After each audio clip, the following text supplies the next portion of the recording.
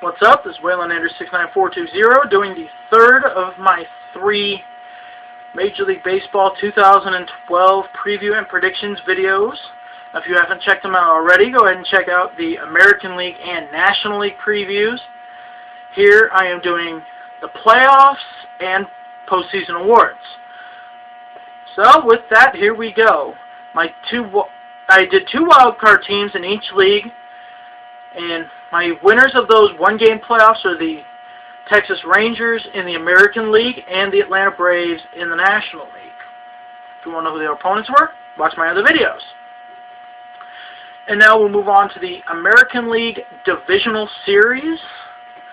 The Texas Rangers as the wild card. I have playing the best team in baseball record-wise, the Detroit Tigers.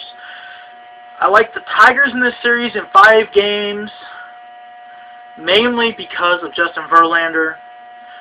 I think Verlander would be able to pitch well enough to shut down this Texas Rangers lineup, and Max Scherzer and Doug Fister, I think, are also very good talents who could do the same thing. But I don't see Yu Darvish and Neftali Feliz, Colby Lewis, so on and so forth, being able to shut down Prince Fielder and Miguel Cabrera. Not consistently, at least. I got Detroit, in 5 games in this series. My other American League Divisional Series is the Boston Red Sox versus the Los Angeles Angels of Anaheim. This, I think, would be a very entertaining, very high-scoring series. I will take Boston in 5 games, mainly because I don't really like the offense of the Angels. I know I just said it would be a very high-scoring series, but I really don't think the Angels would be able to put up enough, 5, 6-run games to beat Boston, because that's what it's probably going to take. I mean, I really do like the Angels pitching staff, but I don't think they're going to be able to quite hold down, a very good Boston lineup. Simply, that's it. In the National League Divisional Series, first I will go with the team with the best record, the Philadelphia Phillies, taking on the St. Louis Cardinals. This is a rematch of the 2011 National League Division Series. Everybody then was picking the Phillies. Me? I'm taking the Cardinals. Again, I like the Cardinals offense more than I like the Phillies offense. Is Philadelphia's pitching better than St. Louis's pitching? Yes.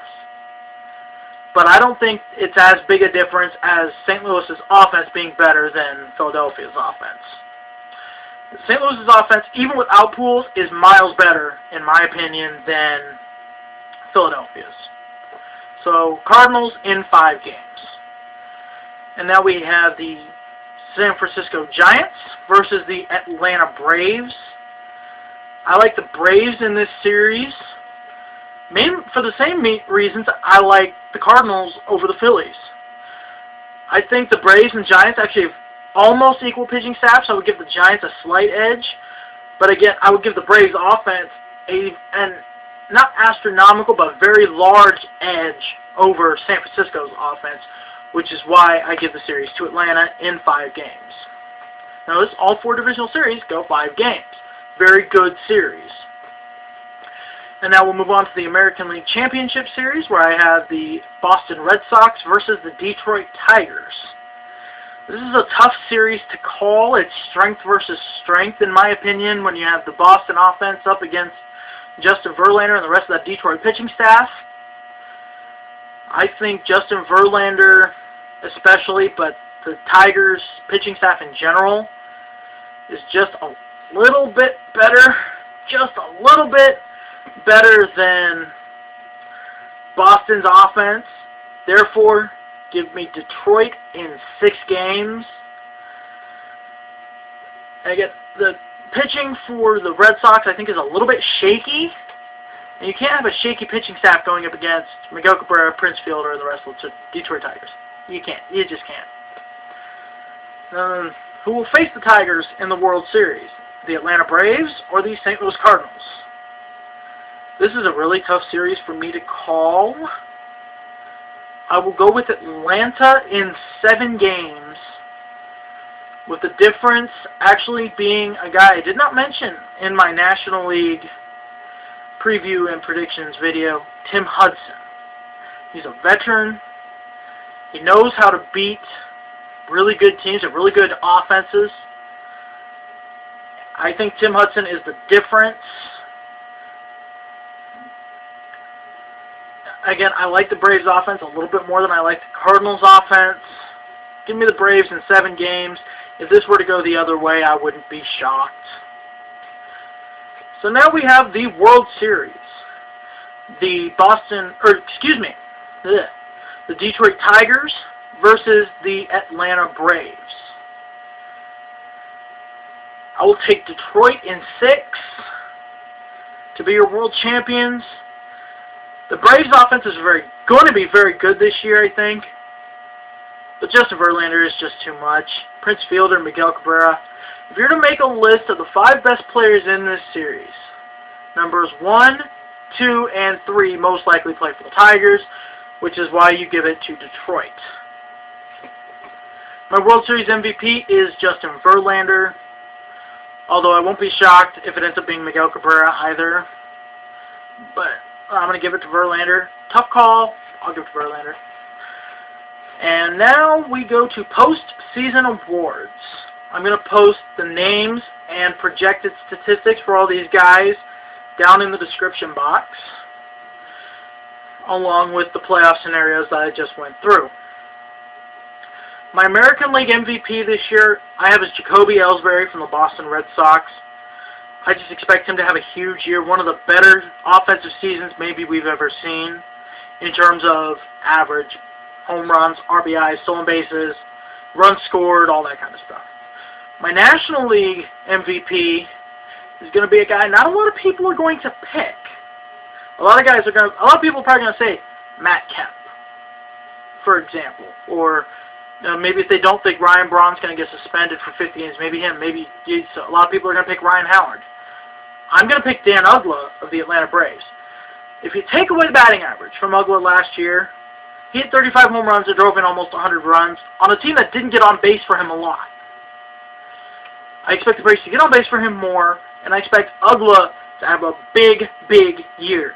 I'm seeing him bounce his average up to between 280 and 300, over 40 home runs, over 120 RBIs, over 100 runs scored. I really do expect an MVP season from Dan Uggla this year. American League Cy Young Award. Anybody who doesn't pick Justin Verlander needs to be slapped across the face.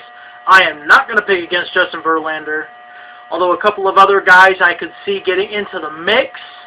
If he has a big year, if he has a bounce back year like I think he needs to, Ubaldo Jimenez, John Lester, yes, I'll say it, CC fucking Sabathia, CJ Wilson, Jared Weaver, just a few other guys I think could contend, but I will take Verlander, and I don't really see it being close. National League Cy Young Award, however, is going to be a very tight race between guys like Clayton Kershaw, Ian Kennedy, Chris Carpenter, Adam Wainwright, Zach Greinke, Roy Halladay, Cliff Lee, Tommy Hanson, Josh Johnson, hell, Steven Strasburg. 10 guys who could win the National League Cy Young Award this year. And I didn't even say Tim Lincecum. What the hell is wrong with me? Tim Lincecum, who is my pick to win the National League Cy Young Award. I think the Giants' offense will be enough, will give him just enough run support for him to win 20 games. I think he's going to lead the league in strikeouts, top 5 in ERA. I will give it to Tim Lincecum. But again, any of those other guys I mentioned, I won't be shocked if they win it either. My American League Rookie of the Year is Matt Moore from the Tampa Bay Rays. I expect him to have a big year and not look like a rookie. I expect him to look like a guy who's been there a while. My National League Rookie of the Year, I have as Bryce Harper of the Washington Nationals. I do expect him to be called up around May end up with 20 to 25 home runs, hit about 270, 275 maybe. I think he's going to have a big year. I think he's major league ready. That's just my opinion. If they start him out on the opening day roster for the Nationals, I won't be shocked at all. My American League Manager of the Year, you know, might throw a little bit of a curveball at some people here, but I'm going to say Bobby Valentine of the Boston Red Sox. Boston, you know, with that epic collapse last year, they got rid of Terry Francona. Bring in Bobby Valentine. I think Bobby Valentine is what that team needs. Part of the reason I have them winning the American League East. And Bobby Valentine for American League Rookie of the Year. National League Rookie of the Year, I know I'm going to get some heat for if you guys watch this and comment on it. I don't care. Jim Tracy, Pittsburgh Pirates, is going to end that 20-year losing streak. And I won't be shocked if the Pirates are in it in September, which I think would be enough to win him Manager of the Year over an Ozzie Guillen, a Freddie Gonzalez, Mike Matheny in St. Louis, guys like that, and a couple other guys I think who contend. Well, that's it for me. If you need a more, you know, if you need a recap, if you went through something too fast, whatever, look down in the description box. Leave me some comments on all three of these videos and let me know what you think. I'm always up for a good debate every once in a while. You know, if I didn't mention your team in either the American League, National League, or the playoff videos, let me know. Let me know. Have some, at least somewhat intelligent reasons why you think your team can't contend. And if you can give me something intelligent, I'll argue with you on it maybe, but we'll have some fun with it. Alright, this is Whalinator69420 signing off. And, again, hasta la vista, bitches.